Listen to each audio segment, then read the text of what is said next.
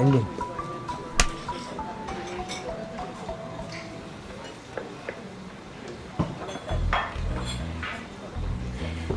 This doesn't change how I feel for you. How I want you to rot in hell for what you've done to me. Eileen, please let me pay back for what I've done.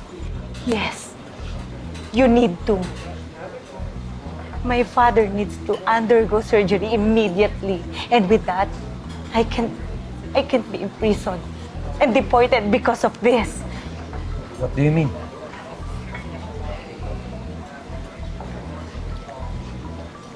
I'm pregnant.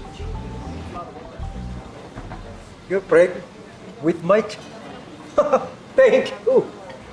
Eileen, believe me when I tell you that I love you. Marry me, Eileen. If you marry me the soonest, the authorities will not arrest you. And I will take care of the medication of your father.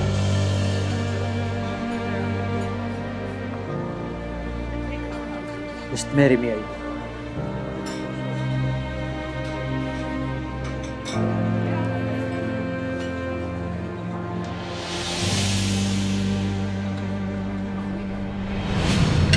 Good morning, ma'am.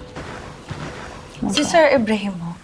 Maaga po umalis, ma'am. May meeting daw po. Hindi na kayo niya ginising para po makapagpahinga daw po kayo. Pag may kailangan kayo, ma'am, tawagin niyo lang po ako. Odessa, Po. yung package na pinapapadala ko sa'yo, napadala mo ba sa address? Opo, ma'am. Last 2 weeks ago pa po, ma'am. Sinabay ko na po doon para sa pamilya ko po.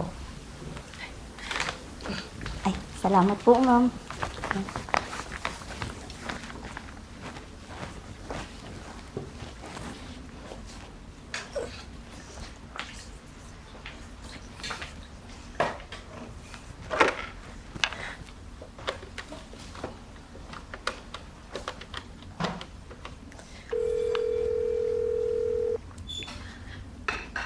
Nay? Nagpadala ako ng balikbayan box dyan. Dumating na ba? Oo, anak. Ang dami-dami ng pinadala mo. Sobra-sobra na to sa pang-isang taon sa amin eh. Konti pa nga lang yan eh. Kasi hindi pa ako nakakapag-shopping. Nahihirapan kasi ako maglakad. Eh, ilang buwan ka na ba? 8 months. Excited na nga ako makita yung baby namin. Nainip nga ako dito sa bahay eh. Para na akong si tatay. Hindi na ako mapirmi dito sa bahay.